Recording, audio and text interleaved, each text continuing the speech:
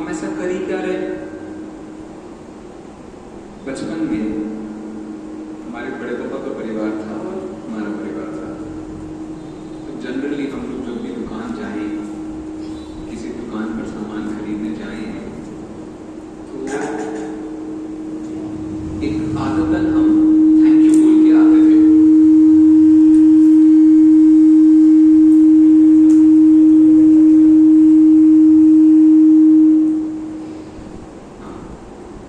आदतन हम thank you बोल के आते थे। तो जो छोटी बहन है हमारी, उसने कहा भैया किस बात का थैंक यू? उसने सामान दिया, आपने पैसे दिए। उसने सामान दिया आपको और आपने पैसे दिए, खत्म हो गई कहानी। इसमें थैंक यू की क्या बात है?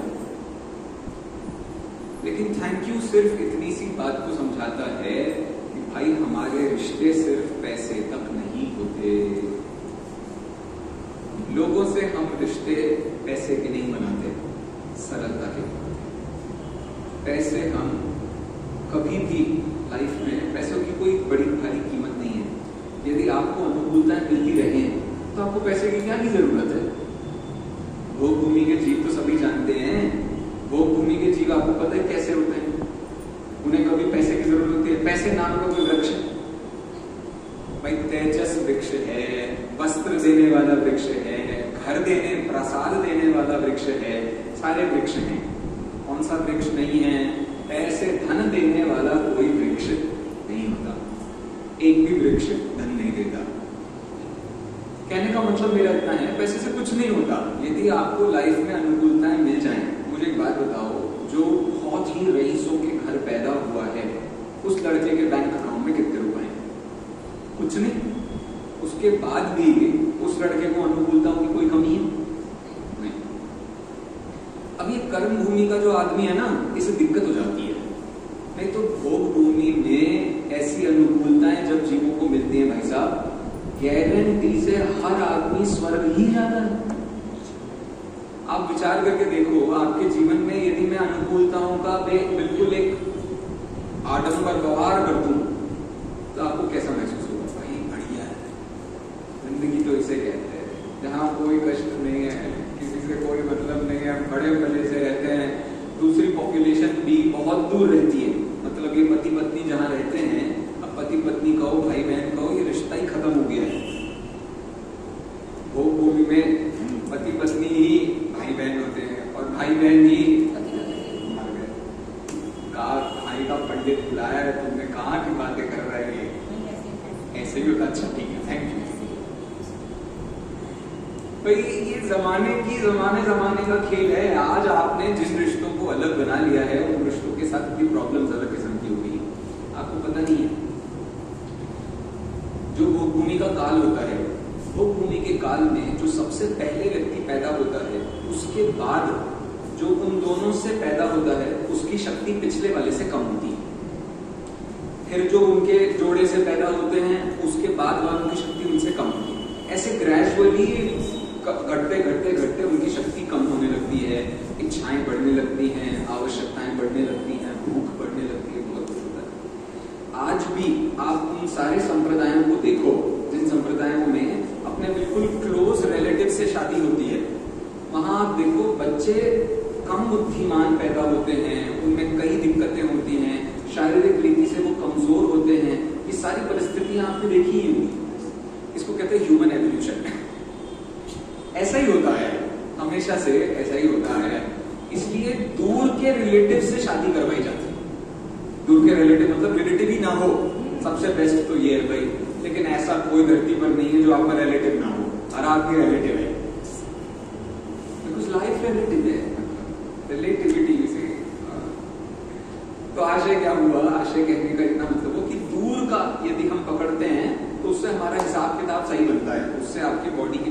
तो उल्टा होता है, माँ बाप को जो डिजीज नहीं होगी, होगी, बच्चों को संभवतः वो डिजीज नहीं होती। जैसे बचपन से जैसे किसी पिता को शुगर की बीमारी हो, किसी लड़के को शुगर की बीमारी हो, उसकी शादी हो गई, शादी होने के बाद में महिला को शुगर नहीं थी, तो अब जो बच्चा पैदा हुआ है वो नॉर्मल पैदा हुआ, उसको शुगर नहीं थी। ये काम कैसे होता है? दूर का व्यक्ति हो, कोई आसपास का संबंध न हो, तो ऑटोमेटिकली जीन्स में अलग अलग तरीके के डेवलपमेंट स्टार्ट हुए। ये काम सिखाया किसने आपको? ये काम सिखाया कुलकरों ने।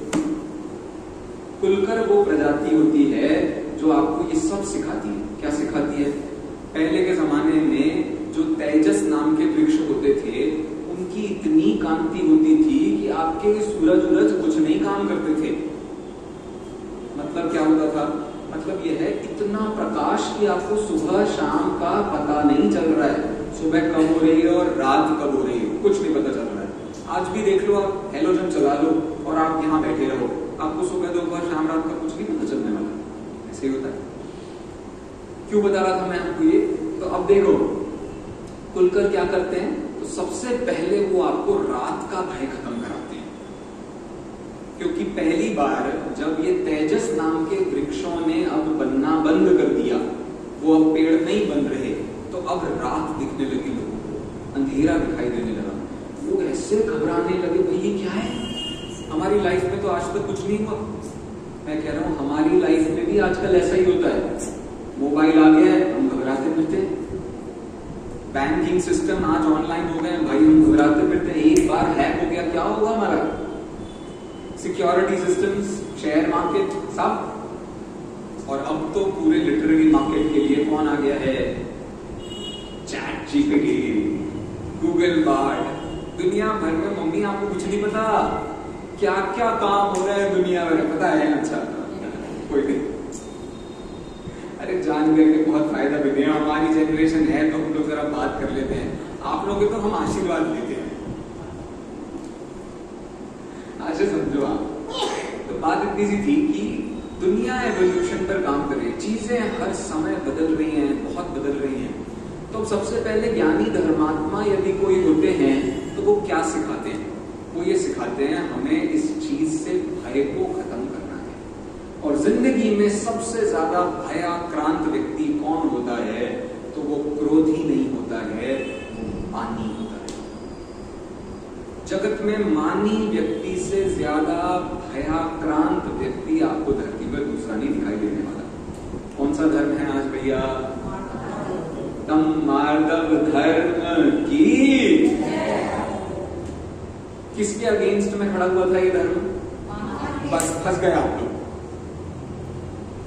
अरे मान के ऑपोजिट में ये धर्म नहीं खड़ा हुआ है, इसके ऑपोजिट में दुनिया में मान होता है।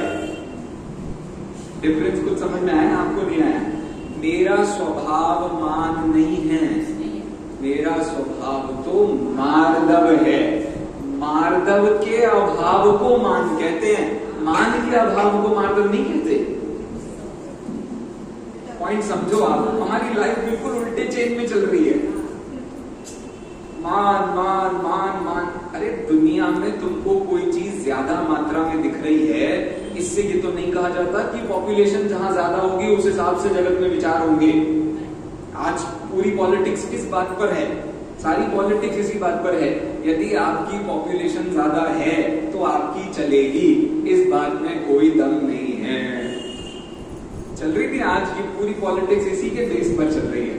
हमारी पॉपुलेशन ज्यादा है तो हमारे हिसाब से देश को चलना चाहिए, लेकिन किसको पता है कहां कब क्या कैसा परिवर्तन हुआ। देखो 11वीं शताब्दी में, 11वीं शताब्दी अभी कौन सी शताब्दी चल रही है? 21वीं शताब्दी चल रही है।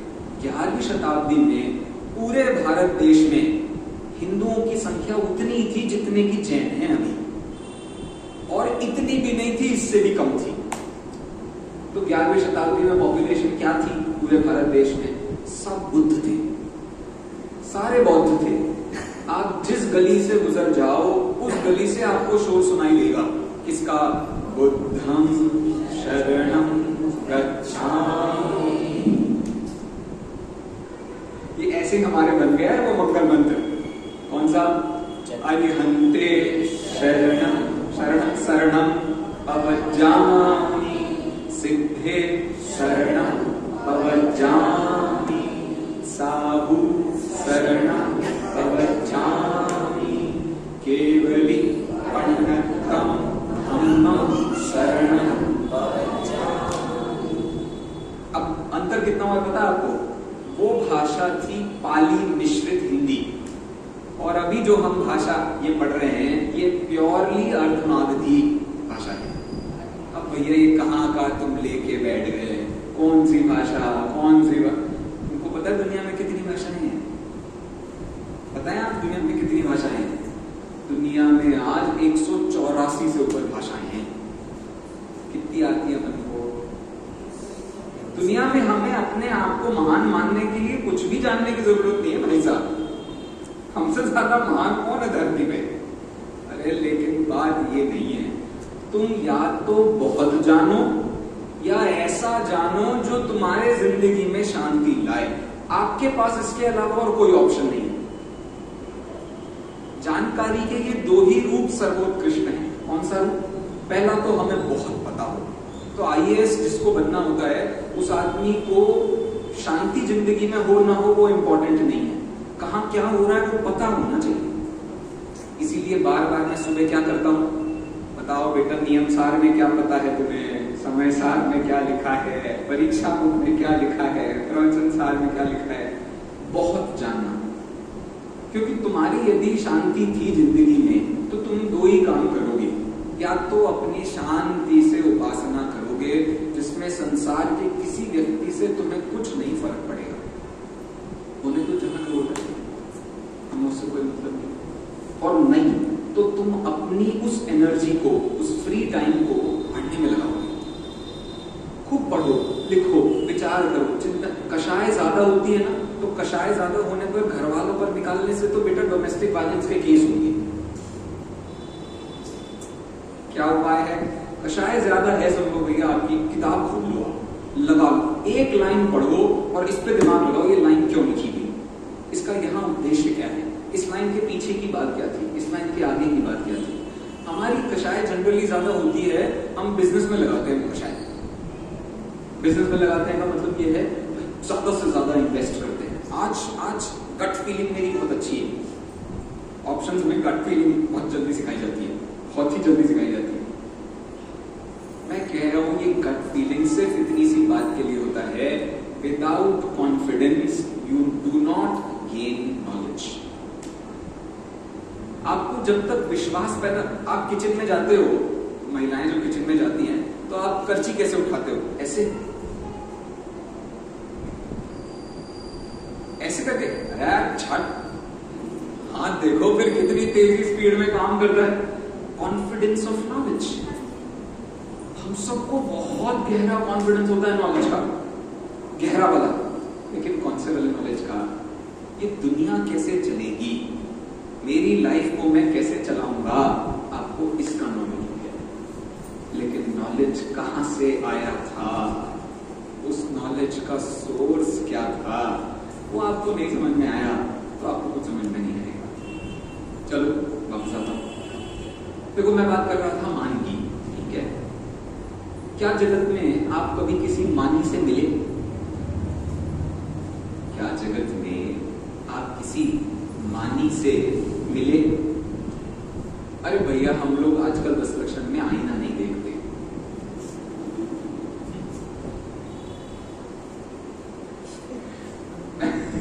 No issues. मैं सच बता रहा हूं, मैंने जगत में कोई मानी देखा ही नहीं। क्योंकि जैसे गुरुजी होते हैं हमारे, अब गुरुजी पढ़ाते कैसे हैं? ऐसे पढ़ाते हैं जैसे कि भैया आप पढ़ाते हो, कभी डांटेंगे, कभी डपटेंगे, कभी कुछ कहेंगे, कभी कुछ कहेंगे। तो ऐसी परिस्थिति वहां है, तो वो डांट पीट करके चीजें समझाते हैं। अब लेकिन उनके डांटने में आप यदि उनकी मान कषाय देखने लगो, आप कभी उनकी एक भी बात सुन समझ नहीं सकते। जैसे कुंदकुंदाचार्य कैसे व्यक्ति थे बता सकते हैं आप? अकड़ू किस्म के आदमी थे या सरल किस्म के आदमी थे? तो हम जनरली अपने दिमाग में इमेजिनेशन क्या बनाते हैं, जितने भी ग्रंथ हमारे पास उपलब्ध हैं इन्हें लिखने वाले लोग परम पवित्र हृदय के लोग होते हैं, ऐसे मान करके हम काम करते हैं, नहीं करते। लेकिन जब हम इनकी लाइनों को पढ़ते हैं तो हमें समझ में आता है भाई काय की सरलता, ये तो धड़ल्ले से पाप कर रहे हैं। धड़ल्ले से पाप कर रहे हैं मतलब तीसरी गाथा, एयत्तनिच्छय गदो समो सवत्स सुंदरो लोए बंध कहाए अत्ते तेन विसंवादिनी होदी। एक दूसरे से बात करते मत मिल जाना, पिटाई होगी नहीं तो।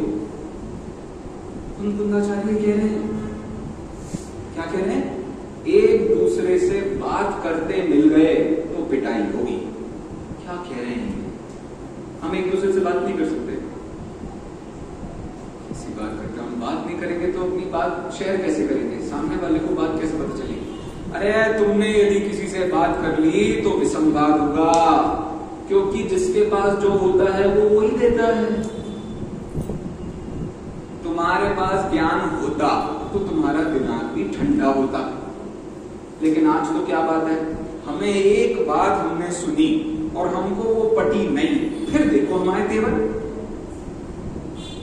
तो वास्तव में आपको मत तो उस बात का हुआ है जो बात सही है। कोई बार बार आपसे ये कह रहा है, बार बार आपसे ये कह रहा है, भैया बच्चों को परेशान करो, बच्चों को जब तक डांटो नहीं तब तक बच्चे समझदार होते नहीं हैं। बार बार कोई व्यक्ति ये कह रहा है, जब तक बच्चों को डांटते नहीं हैं तब तक उनकी बुद्धि में कुछ नहीं आता है। अब हम क्या कह रहे हैं? हम बिल्कुल इससे ऑपोजिट विचार रख रहे हैं। क्या? बच्चे भी तो बच्चे होते हैं, बच्चे सारे गधे होते हैं क्या? बात तेरी बिल्कुल सही है, इस पे लेकिन जोश दिखाने की जरूरत क्या है? जनरली हम ये समझते हैं मेरा सो खरा। हम क्या समझते हैं? मेरा सो खरा। यदि मैंने इस संबंध में विचार कर लिया है तो भाई दुनिया में आज तक किसी ने इसके बारे में विचार नहीं किया था, मुझसे महान कौन होगा? मैं बहुत ही समझदार आदमी, धरती में मुझसे बड़ा समझदार आदमी मिलेगा नहीं। मैं डिसाइड करूंगा अभी समाज में क्या होगा। बेटा फिर पता चलता है इलेक्शंस होते हैं, जब कई परिस्थिति का पता चलता है हम कितने समझदार हैं, हम कितने पानी में। तो आशय मेरा कहने का इतना सा था, भाई मान कषाय आपको जगत में कहीं नहीं दिखाई देती यदि आप हर वाक्य में ज्ञान देखोगे तो। क्या बोला? आपको जगत में कभी मान कषाय दिखाई ही नहीं देगी जब आपको ये पता चले कि मान तो केवल एक मीडियम था, चैरिएटर था, एक केवल माध्यम था, जिसके ऊपर कौन बैठ के आया था? जिसके ऊपर ज्ञान बैठकर आया था। अब समझदार लोग क्या करते हैं? मानियों की बातों को समझते हैं और उनके मान को कूड़े में डाल देते हैं। बात समझ आ रही है आपको? लेकिन बेटा सिर्फ दूसरे की बात सुनने की बात नहीं है, तुम्हें जब मान खड़ा होता है तब क्या होगा? इसलिए मैं ये कहना चाह रहा हूं, दूसरों का मान देखना छोड़िए, वहां तो ढूंढिए ज्ञान। और जिस दिन तुम्हें अपनी पता चल जाए कि मैं अपने जीवन में जितने काम करता हूं उनमें कहां क्रोध है, कहां मान है, कहां माया है, कहां लोभ है, तो आपको पता चलेगा कि मैं कितने गहरे हूं। क्रोधी व्यक्ति वियोग पसंद करता है। क्या बोला? क्रोधी व्यक्ति वियोग पसंद करता है और मानी व्यक्ति संयोग पसंद करता है। ये भी भाई साहब आज प्रवचन में मजा नहीं आया। आज लेट आए जरा थोड़े लोग। मानी व्यक्ति की चिंता ही बहुत होती, क्या करना काम। आपने बुला तो लिया है लेकिन आपको पता है कैसे रखा जाता है? देखे होंगे आपने, ऐसे बहुत लोग मिल जाएंगे आपको। देखो एक जनरल आपको ऑब्जर्वेशन देता हूं मैं, ठीक है? ऐसा क्यों होता है दुनिया में? भाई सब बताना, ऐसा दुनिया में क्यों होता है कि जो आदमी ज्यादा कषाई होता है उसे पूरी दुनिया भर का नॉलेज होता है। जो व्यक्ति ज्यादा कषाई होता है उसे दुनिया भर का नॉलेज होता है, इनके यहाँ क्या हो रहा है, उनके यहाँ क्या हो रहा है, उनके यहाँ क्या हो रहा है, ये क्या परिस्थिति। और जितने ज्ञानी व्यक्ति मिलेंगे उन्हें आसपास को कुछ नहीं जानकारी होती। आप इस एक नेचर को समझने की कोशिश कीजिएगा कि कषाई व्यक्ति का नेचर और ज्ञानी व्यक्ति के नेचर में कितना बड़ा डिफरेंस होता है। बल्कि मैं कहता हूं होना उल्टा चाहिए। एक ज्ञानी व्यक्ति जिसका दिमाग बिल्कुल ठंडा है, उसे पूरी दुनिया की सारी जानकारी होनी चाहिए ताकि वो लोगों को शांति बांट सके। और एक कषाई व्यक्ति को बिल्कुल अपने कमरे में घुस जाना चाहिए, क्योंकि वो पूरी दुनिया भर से अपनी कषाय का पोषण ही ढूंढता फिरता रहता है। होता बिल्कुल ऑपोजिट है। रास्ते पर चलते फिरते लोग आपको कैसे मिलेंगे? सारे ऐसे ही मिलेंगे। और सारे ज्ञानी कैसे मिलेंगे? ये जगत का बहुत गहरा नियम है। विचार करके देखिएगा, आपको ये जगत की नग्नता स्पष्ट अपने नेत्रों से दिखाई दे रही है। ज्ञानी व्यक्ति आपको कैसा चलता फिरता मिलेगा? भाई किसी से कोई मतलब नहीं है, अपने को अपना काम करना है।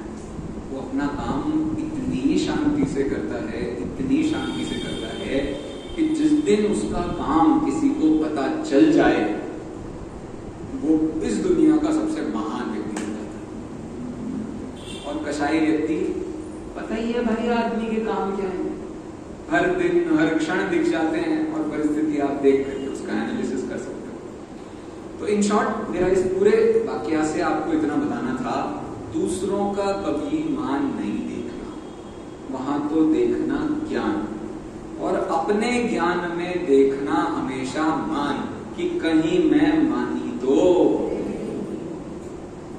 दुनिया में बिल्कुल इसका उल्टा काम करना छोड़ दो। पंडित जी ने बहुत मजाक उड़ाया था मानियों का। पंडित जी ने मानियों का बहुत मजाक उड़ाया था। किससे कह रहे हैं? बहू कह रही है अपनी सास से, बेटा कह रहा है अपने पिताजी बाप से। आप विचार करके देखो, जनरली क्या होता है हमारी लाइफ में, हमें एक बार कोई ज्ञान मिल रहा है तो हम उसे चिपकाते हैं दुनिया भर में। आज तो लिटरेरी फील्ड में, लिटरेरी मतलब लिटरेचर की फील्ड में भी आप ये काम नहीं कर सकते। कौन सा काम नहीं कर सकते? भैया किसी और की लाइन हमने चिपका दी, इसको कहते हैं प्लेजरिज्म। उसको कुछ प्लेजरिज्म कह देते हैं, कुछ उसको प्लेगरिज्म कह देते हैं, वो उच्चारण की बात नहीं। मतलब आपने सामने वाले व्यक्ति की पंक्ति का इस्तेमाल बिना उसके नाम लिए कैसे किया? मतलब चोरी की हद तो देखो आप, चोरी की हद देखो आप। जगत में कितना ज्यादा गहरा चलता है ये मामला, और हम क्या करते हैं? आए दिन चिपकाते रहते हैं लाइन में, किसी की भी, कभी भी, कहीं भी, किसी पर भी। विचार करने जैसी बात है, हमने विचार करना छोड़कर जब से रटना शुरू किया है, तब से ही हमने लोगों को ये कहना शुरू कर दिया है, मेरे मान का पोषण करो। स्कूल कॉलेज में बच्चे खूब रटते हैं, देखा बहुत बेचारों से पूरी जिंदगी खराब करके रखी है हमने। क्या काम करना है उनको? सिर्फ एक ही काम करना है, कौन सा? रटो और पेपर दो। इसके अलावा हम और कोई तीसरा काम तो करवाते नहीं। गलती से बच्चे ने ये पूछ लिया, ऐसा क्यों? मम्मी क्या जवाब दे? चुपचाप याद कर। और यही बात हमने तुमसे कही होती तो? विचार करके देखो आप, बच्चा, मम्मी ने, मतलब मम्मी की मम्मी ने उनको पकड़ा दी एक रेसिपी, अब तू बना ले खाना। और खाना बनाना कभी सिखाया नहीं, अब कैसे खाना बनेगा भाई साहब? नहीं बन सकता ना। रट तो लिया, पूरी रेसिपी रट गई मुझे। प्रॉब्लम यही हो चला है हम सबके साथ, यही प्रॉब्लम हो चला है। 3 साल की उम्र में ही हमने बच्चे को डाल दिया स्कूल में, बस खत्म हुई उसकी जिंदगी। ना उसे खेल समझ में आता है, ना उसे बुद्धि समझ में आती है, ना उसे समझदारी समझ आती है, उसे कुछ दुनिया समझ नहीं आती। अच्छा, और हम इतने कॉन्फिडेंस से बच्चे को जल्दी स्कूल कॉलेज में डालते हैं, ये सोच करके कि उसे लाइफ में बनने के लिए समय बहुत मिल जाएगा। 21 साल में उसकी बैचलर्स खत्म हो जाएगी, अब आराम से वो करे, बैंकिंग की तैयारी करनी है, IAS की तैयारी करनी है, CA की तैयारी करनी है। कितने अटेम्प्ट्स मिलेंगे? 10-10, 15-15 अटेम्प्ट्स मिलेंगे। तुम बच्चे को ये सिखा रहे हो, बेटा हिट एंड ट्रायल सबसे अच्छी चीज होती है। वो कभी अपनी लाइफ में कॉन्फिडेंट नहीं होगा। ऐसे कितने सारे हमने बैंक में, जब हम लोग MBA की क्लासेस लेते थे, तो बहुत सारे बैंक में काम करने वाले लोग भी वहां आते थे। तो अब वो बैंकिंग में अभी अभी नौकरी लगी है, और वो मैनेजर साहब आकर के कहते हैं भाई ये कैसे कैसे लोगों को नौकरी देते हैं जिन्हें ये नहीं पता कि चेक पर पीछे कितनी कितनी चीजें लिखनी पड़ती है। इंजीनियरिंग के बाद में जब इंफोसिस में या विप्रो में ये जब नौकरियां लगती हैं तो सारे के सारे को बैठ करके ये सिखाना पड़ता है भाई एक स्क्रू ड्राइवर कैसे काम करता है। 10वीं 12वीं का लड़का बुद्धि में सोचो कितना तेज, 10वीं 12वीं छोड़ो, पूरा का पूरा इंजीनियर, कितनी सारी उसने पढ़ाई कर ली जिस पढ़ाई का हमको कोई इमेजिनेशन भी नहीं है, टॉपर आया था, उसको सिखाना पड़ता है हथौड़ा कैसे काम करता है।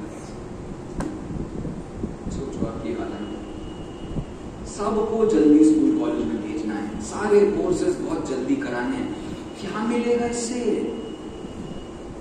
बस बच्चे के दिमाग में कुछ घुस न जाए, हम सिर्फ यही चाहते हैं, क्योंकि उसके दिमाग में कुछ घुस गया ना भाई साहब तो उसे पता चल जाएगा कि हमारी जनरेशन ने क्या गलतियां की थी। एक बार बच्चे को कुछ भी पता चल जाए फिर क्या होगा, वो तो आइंस्टीन का गला दबा लेगा, हाँ तो क्या बड़ी चीज है। आशा समझूंगा इतना मान कषाय से युक्त जीवन हम जी रहे होते हैं, क्षण क्षण पर वो जीवन ऐसा नचता हुआ दिखाई देता है कि हम ये नहीं बता सकते कि सच क्या था और झूठ क्या था। इतनी मान कषाय से युक्त जीवन जी रहे हैं और पता ही नहीं चल रहा है हमें कि हम मान कर रहे हैं, हमें तो लग रहा है हम एक ओपिनियन शेयर कर रहे हैं, हम केवल एक विचार ही तो रख रहे हैं, हमने इससे ज्यादा और किया ही क्या है। लेकिन पूरा जीवन हम अपने आप उस मान कषाय के पोषण में बिता जाते हैं। मनुष्य हैं, कम से कम कुछ तो हमारी स्पेशलिटी होनी चाहिए बाकी के गतियों के जीवों से। कौन सी स्पेशलिटी है हमारी? बताओ, मनुष्य किस लिए फेमस है इस दुनिया में? देखो, इनको संयम याद नहीं आया। वो होता है ना पंचकल्याणकों में एक सीन होता है, वो कौन सा? देवों और मानवों में चर्चाएं चल पड़ी, कौन पालकी का हकदार रे। उसका बिल्कुल एंड होता है और एंड होते होते क्या होता है?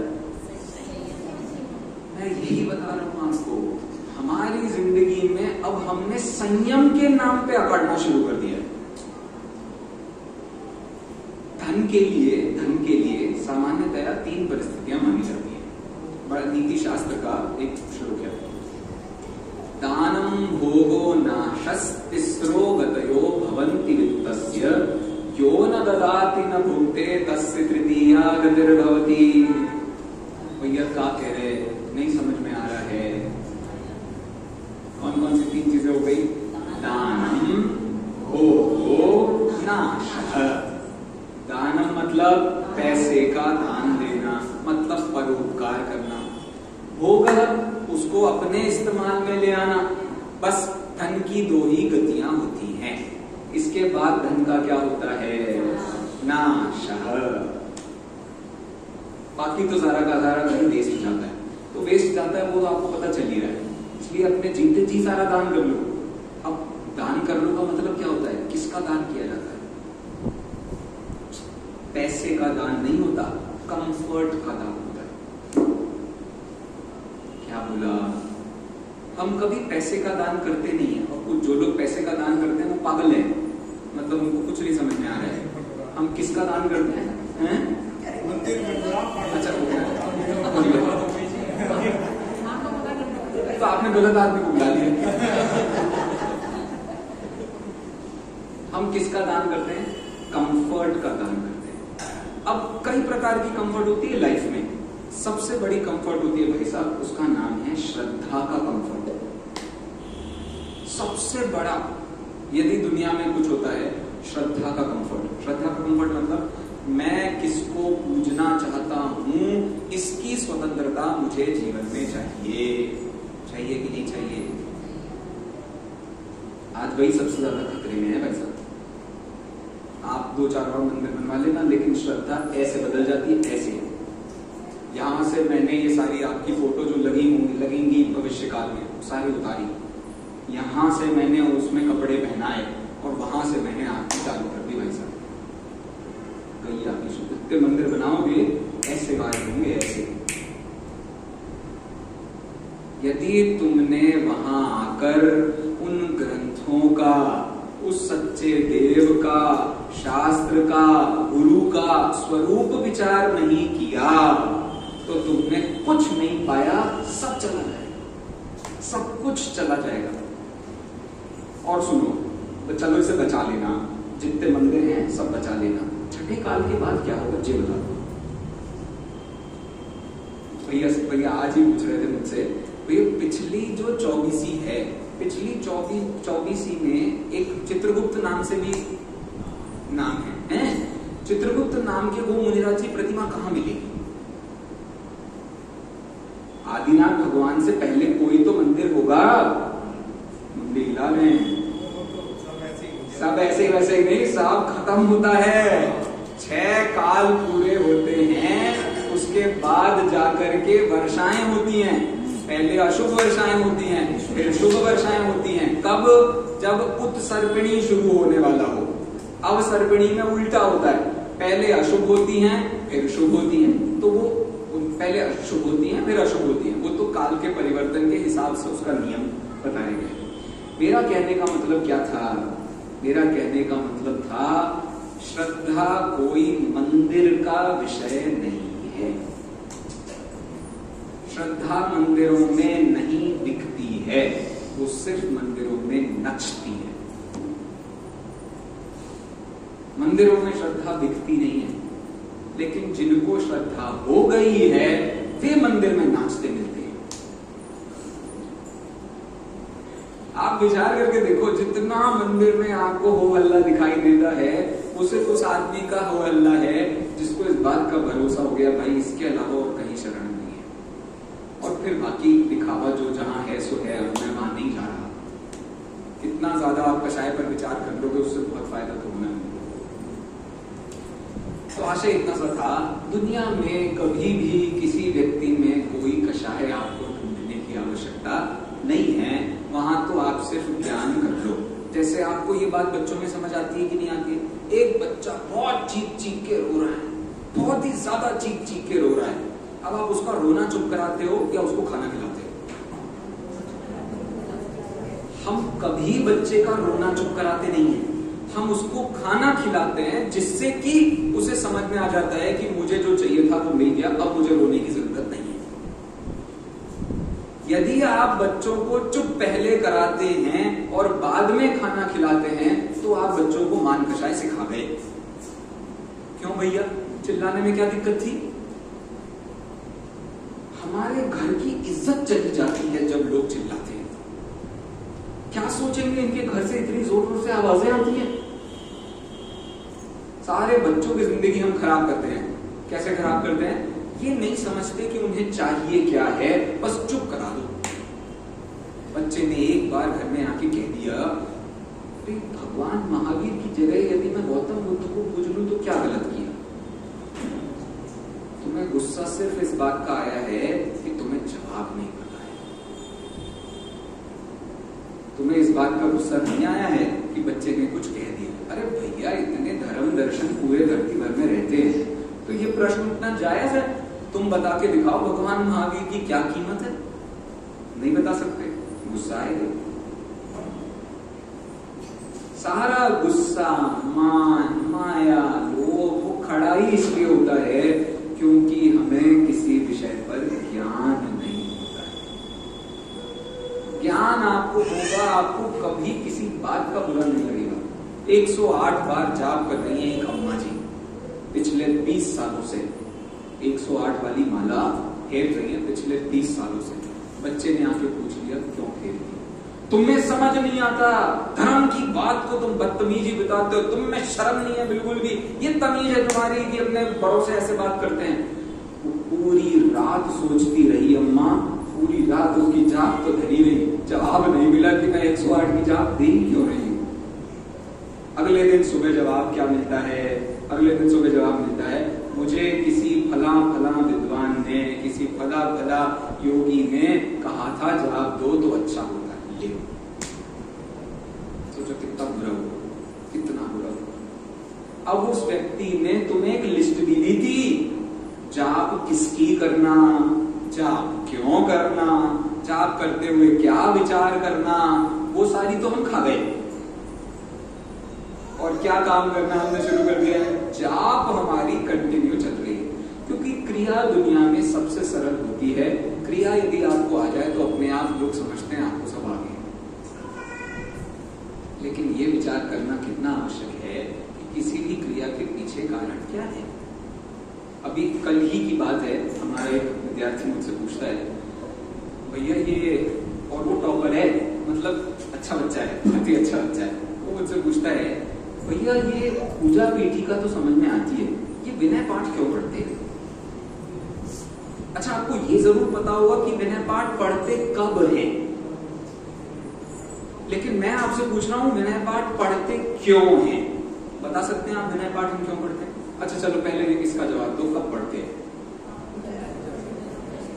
क्या? पूजा करने से पहले तो पूजा पीठिका भी पढ़ते हैं। मैं विनय पाठ की पूछ रहा हूं, विनय पाठ कब पढ़ा जाता है?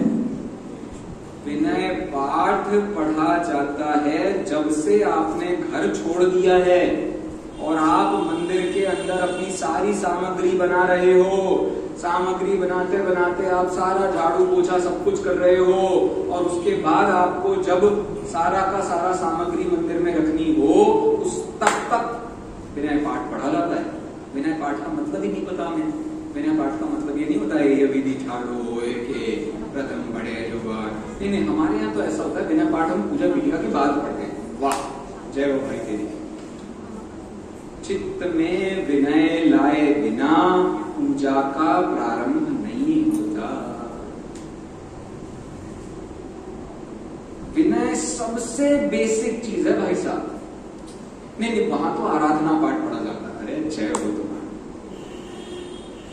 आराधना पाठ तो ये बता रहा है किस किस की आराधना की जाती है, लेकिन आराधना तो तब होगी ना जब तुम्हारे हृदय में विनय होगी। विद्या ददाति विनयम विनयादायाति पात्रताम। अब बस इसके आगे मत जाना, नहीं तो फिर वहीं चले जाओगे, घूम फिर के हम वहीं ढंग पे पहुंच जाएंगे। फिर पात्रता पूज्यत्वम आरंभयति। पात्रता से ही पूज्यता का संबंध है, अन्यथा कुछ भी इसमें दम नहीं है। मैं कह रहा हूं ये तो इतनी जनरल बातें मैं आपसे कह रहा हूं, इतनी जनरल बातें तो आपको दुनिया में कहीं पढ़ने को मिल जाएंगी। मैं कोई नई बात नहीं बता रहा हूं आपको। नई बात तो मैं उस दिन बताऊंगा जिस दिन मैं भर्तृहरि का स्फोटवाद पढ़ाऊंगा और उसके जवाब में प्रमेय कमल मार्तंड में आचार्य देव ने, किसने? प्रभाचंद्राचार्य देव ने जो उनका खंडन लिखा है वो बताऊंगा, तब पता चलेगा आपको बड़ी बात किसे कहते हैं। ये तो केवल घर घरेलू की डेली की बातें हैं। अभी हमको जैन हम हैं इसकी कीमत ही समझ में नहीं आई है। हमारे पास ऐसा है क्या जो बाकी लोगों से हमें अलग करता है? पता ही नहीं है, हमें कुछ भी नहीं पता है। जबरदस्ती जैन लगा लगा के घूमते फिरते रहते हैं। और मुद्दा कहां खराब होता है भाई साहब? मुद्दा वहां खराब होता है जहां कोई आपसे आपकी किसी क्रिया पर प्रश्न पूछ ले। तुम्हारे मंदिर में मुनि नग्न क्यों होते हैं? तुम्हारे मंदिर में ये जितने भी भगवान तुम जिनको पूज रहे हो ये नग्न क्यों होते हैं? तुम्हारे इतने आराध्य हैं, वे नग्न क्यों होते हैं? तुम्हारे पास जवाब नहीं होता है, बल्कि उल्टा मुंह बनाते हैं। अरे हमको भी बहुत शर्म आती है, क्या करें? हैं ऐसे लोग भाई। मैं कोई नई बात नहीं बता रहा हूं आपको। प्रॉब्लम यही है, एजुकेशन लेसनेस। एजुकेशन लेसनेस का मतलब सिर्फ इतना है कि हम अपने आप को एड्यू नहीं बना रहे, हम अपने आप को विचारक नहीं बना रहे। जबरदस्ती जबरदस्ती जबरदस्ती हर दूसरी क्रिया के पीछे बस हम कारण ढूंढते रहते हैं और अपना काम करते रहते हैं। अच्छा चलो, ये तो सब पूजा की बात हुई। मुझे एक बात बताओ, पूजा पीठिका हो गई तुम्हारी, पूजा पीठिका हो गई विनय पाठ से पहले, ठीक है? हम एक पढ़ते हैं परमश्री स्वस्ति मंगल पाठ। पढ़ते नहीं पढ़ते? क्यों पढ़ते? भगवान को पूजना जरूरी था। भगवान को पूजना जरूरी था, समझ में आता है भगवान को पूजना था। ये परमश्री स्वस्ति मंगल पाठ क्यों पढ़ा हमने? अच्छा क्या होता है इसमें परमश्री स्वस्ति मंगल पाठ में? वैसे ये तो पता है।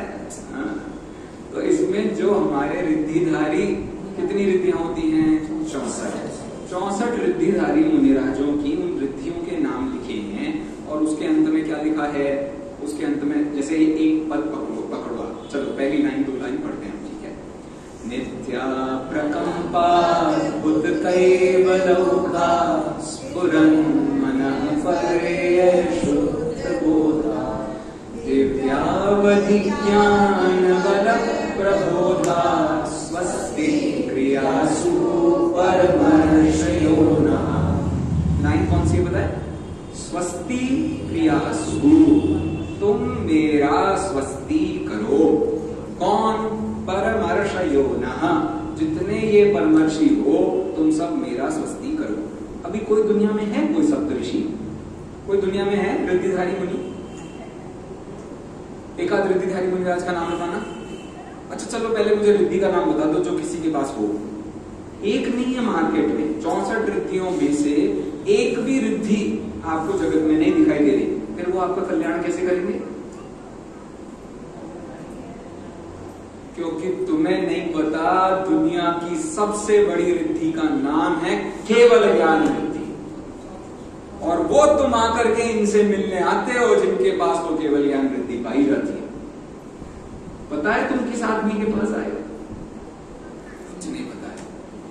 तुम घर पे जाकर के जो धांधलेबाजियां करते हो, तुम दुकान में जाके जो धांधलेबाजियां करते हो, उनकी जानकारी जिसको आज तक हुई थी, अभी हो रही है और होती रहेगी, ऐसे आदमी को केवल ज्ञानी कहते हैं। चलो ये तो बाहर से उनकी महिमा बताई आपने, मैं आपको उल्टी बात बताता हूँ। इसको बताने में कोई बड़ी बात नहीं है सर। क्या बड़ी बात है? संभव बचपन में तुम कितने मोटे थे, कितनी मस्ती करते थे, तुम बहुत ही बेकार आदमी, आज देखो कितना बढ़िया आदमी।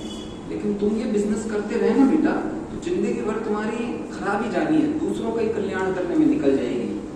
अभी मैंने क्या किया? इसका भूत, वर्तमान और भविष्य बताया, ठीक है। हर आदमी करता है लाइफ में ये, इसमें क्या बड़ी बात है? मैं आपको बताता हूँ केवल ज्ञानी की असली कीमत क्या है।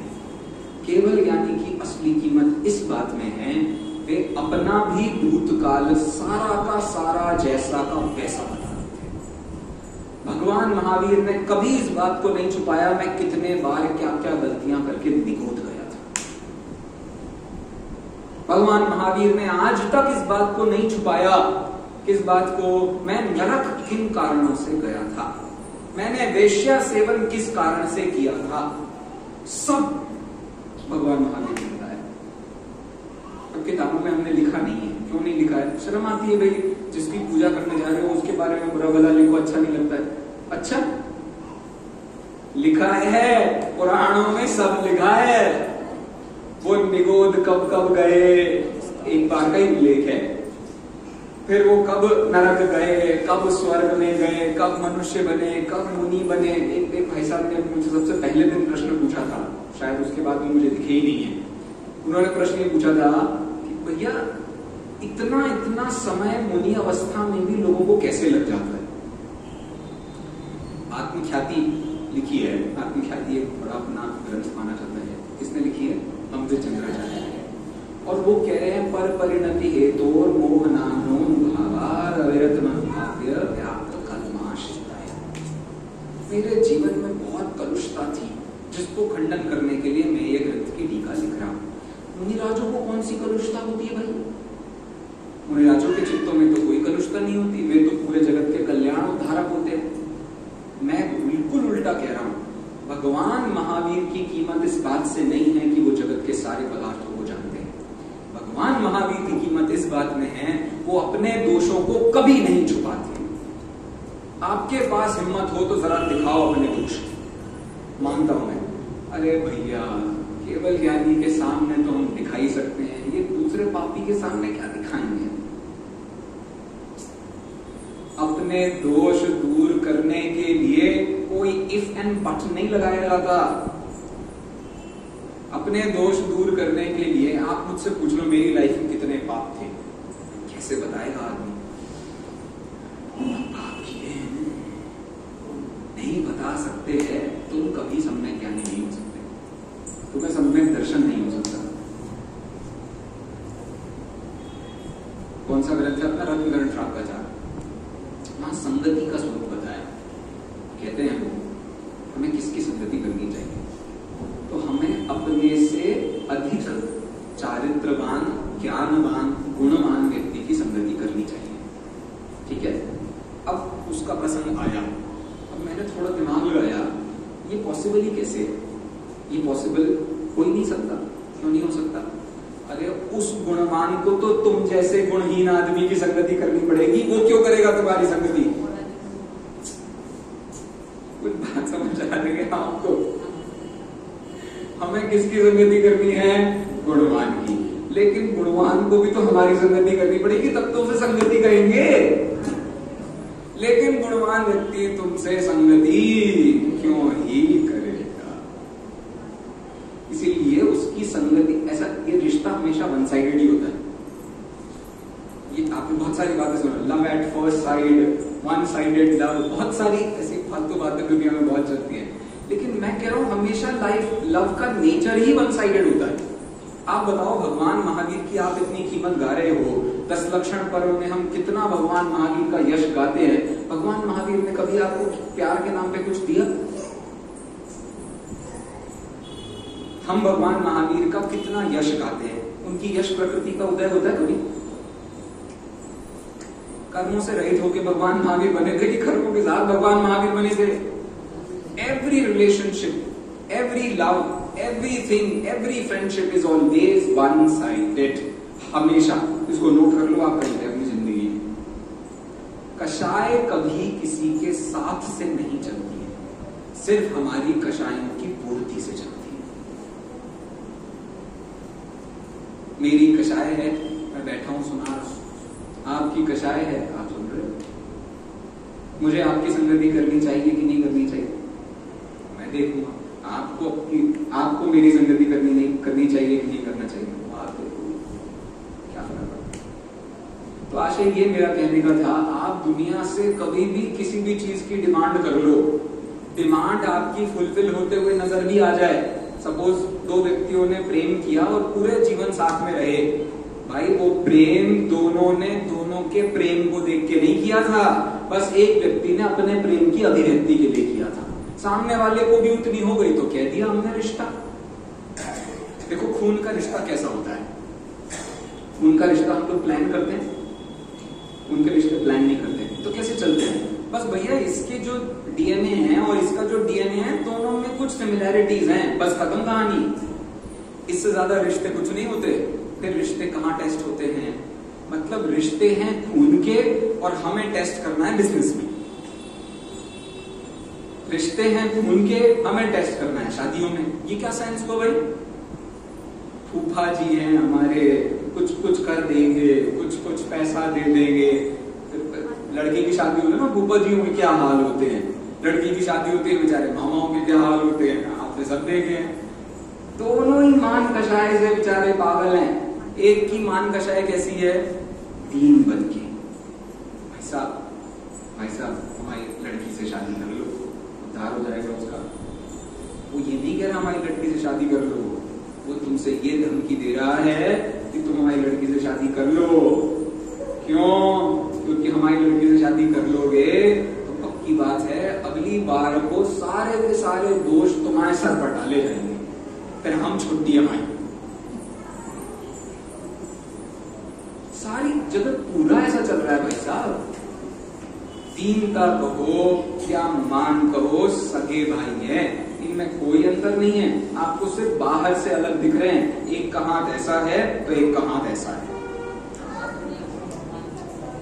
हाथ ही बदले और कुछ नहीं बदला, अंदर से सारे आदमी एक जैसे होते हैं। तो बच्चे से हम क्या डिमांड करते हैं? तुझे शर्म नहीं आती? बिल्कुल। वो बेचारा खड़ा हो गया सर नीचा करके, तुम्हें पता नहीं चल रहा है उसने सिर ही नीचा किया है, उसका मान तो सीधा खड़ा है। मेरे दिन आने दो, अपना टाइम आएगा। विचार करके देखो आप, ये सारा जगत ऐसे ही काम कर रहा है। देखो क्रोध का अचार मुरब्बा क्या है? बैर। लेकिन उस क्रोध को पनपाता मान है। जैसे आपने मेरे साथ कोई बदतमीजी की, ठीक है, अब मैंने सोच लिया कि भाई इसका बदला तो मैं बिल्कुल अच्छे से चुकाऊंगा। आधे से ज्यादा साइंटिस्ट ऐसे हैं हमारे देश में कि जो सिर्फ इसलिए साइंटिस्ट बने हैं क्योंकि उन्हें यह जवाब देना था किसी आदमी को बचपन में कि उसने कहा था तू तो दुनिया का सबसे बड़ा गधा है।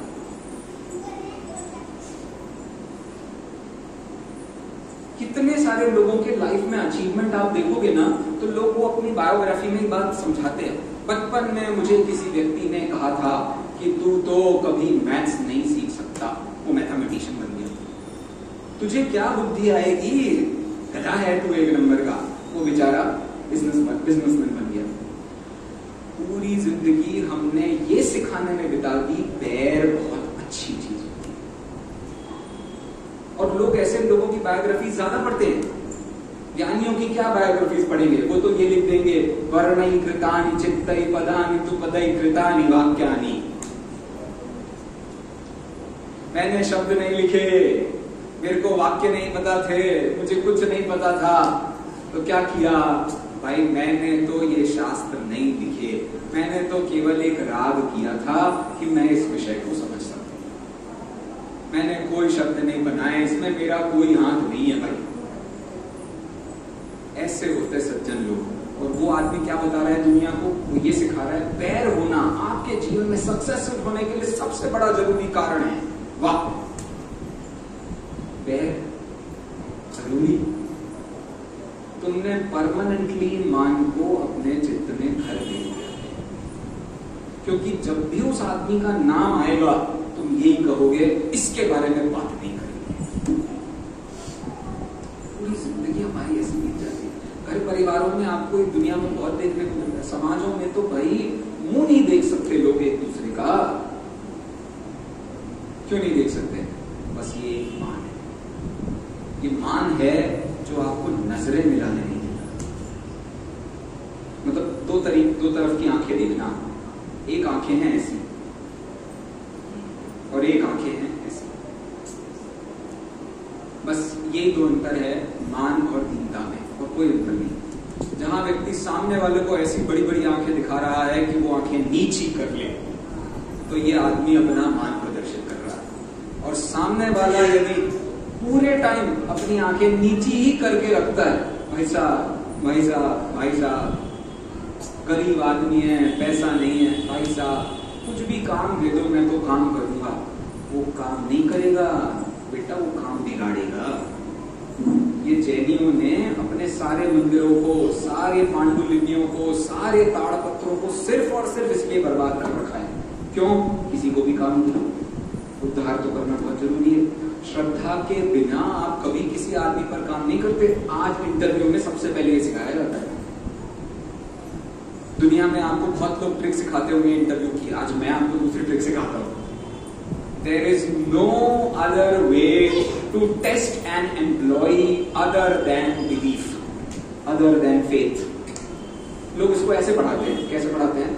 आप जिस भी कंपनी में इंटरव्यू देने जा रहे हैं, पहले उसकी पूरी वेबसाइट चेक कीजिए, उसमें क्या होता है क्या नहीं होता है सब कुछ। मैं कह रहा हूँ ये उल्टा काम है। आप क्या करवा रहे हो? आप सामने वाले आदमी से उसकी रिसर्च तो सारी करवा रहे हो, और बाद में जाकर के अपने आप को होशियार बता के आएगा वो आदमी। आपकी कंपनी में क्या होता है मुझे पता है। आज तो वो बिल्कुल चुपचाप सारे काम कर रहा है, साल भर, 2 साल, 3 साल, 4 साल बाद वो ऐसी पोल खोलेगा तुम्हारी। जैसे एक जनरल एग्जांपल देता हूँ। How do you define your best friend? कौन है आपका बेस्ट फ्रेंड? बताओ बेटा, तुम्हारा बेस्ट फ्रेंड का नाम क्या है? बताओ। आर्जव। लवली, बड़ा ना, कल आएगा उसका दिन, लेके आना Arjav. Best friend. Best friend की क्या डेफिनेशन होती है? तुमने कितने सीक्रेट शेयर किए उससे, ये बताओ। बहुत सारे। अब पॉइंट क्या होता है, हम जनरली क्या समझते हैं, फ्रेंडशिप किसे कहते हैं? जहां सीक्रेट शेयरिंग होती है उसे फ्रेंडशिप कहते हैं। मैं कह रहा हूं दुनिया में कभी किसी से फ्रेंडशिप नहीं करना।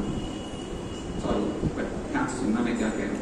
दुनिया में कभी किसी से फ्रेंडशिप नहीं करना, क्योंकि जो सीक्रेट्स आज आप बिलीफ के नाम पर उसे दे रहे हो, कल को यदि वो बिलीफ सिस्टम खत्म हो गया, मतलब उसने आप पर से विश्वास खत्म कर दिया, अब वो सारी बातें आपके अगेंस्ट इस्तेमाल करें। दोस्ती बहुत खोखली होती है, बहुत बहुत खोखली होती है। रिश्ते सारे खोखले होते हैं, सारी जिंदगी आपकी अपनी होती है भाई साहब। आपने यदि किसी डॉक्टर को ये बता दिया है कि आपको कहां कहां बीमारी हुई है, उस डॉक्टर की यदि किसी चोर से दोस्ती होगी, वो आपके सारे घर में से चीजें चुरा कर ले जाएगा। यदि उस डॉक्टर की किसी केमिस्ट से पक्की दोस्ती होगी, तो वो ही आपको दवाई देगा जो सबसे ज्यादा महंगी होगी। यदि उस डॉक्टर की किसी पैथोलॉजी वाले से दोस्ती होगी, तो बिना काम के तुमसे 50 टेस्ट करवाएगा। पॉइंट समझना, सीक्रेट शेयरिंग दुनिया का सबसे बड़ा पाप है, क्योंकि इसमें सिर्फ आप अपने आप को वल्नरेबल बनाते हो। वल्नरेबल का मतलब तो पता है? पता है? हाँ, देखो उसकी बुंदी मिली है। वेरी गुड, शाबाश। पापा को बता रहा वल्नरेबल का मतलब क्या होता है। देखना, हमेशा ऐसा ही होता है। आप जब भी फ्रेंड्स बनाते हो, इस होप से बनाते हो कि शायद कोई व्यक्ति मेरा साथ देगा। सिर्फ इस आशा से आप दोस्त बनाते हो अपने पूरे जीवन में, वो आशा डूब जाती है जब एक बार उस व्यक्ति से आपकी श्रद्धा चली जाए, सारी आशा चली। इसलिए मान सम्मान इनमें कब कौन सा उपसर्ग लगाना है, इसकी कोई गारंटी नहीं है। मान में कभी अभिमान लग जाता है, कभी सम्मान लग जाता है, हमें अंतर नहीं पता चलता।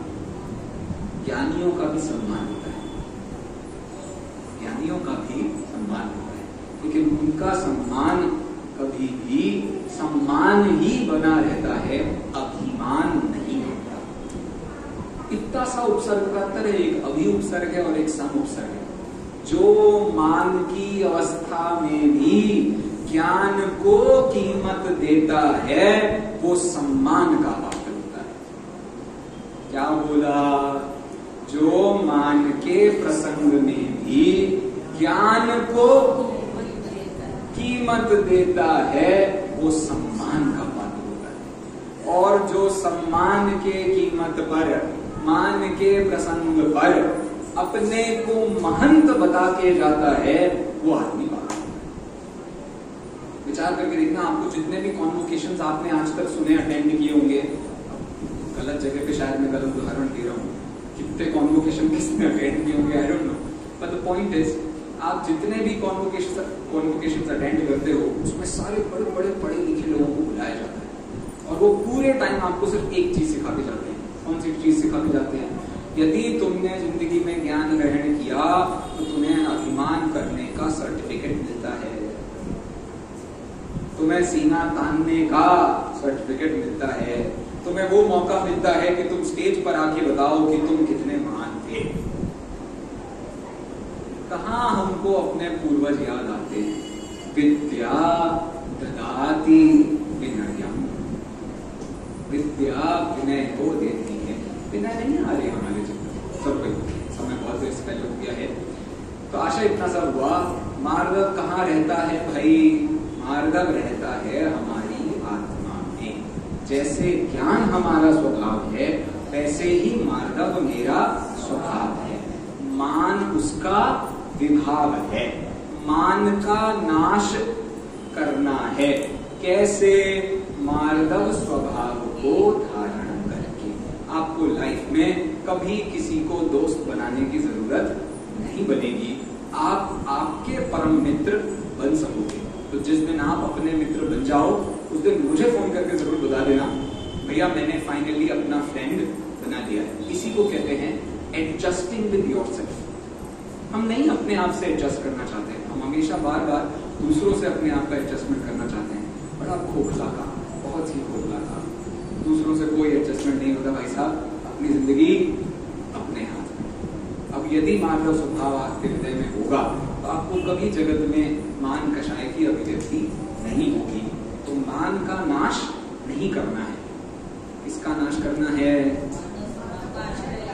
बस हमें मात्र अपने मार्गव स्वभाव का आश्रय लेना है अपमान तो अपने आप चला जाएगा। शत्रुओं पर विजय प्राप्त करने का एकमात्र तरीका है, कौन सा तरीका है? शत्रुओं पर से दृष्टि हटाकर मित्रों की तरफ दृष्टि करो, कभी आपका झगड़ा, तो आपकी आत्मा आपका परम मित्र बने।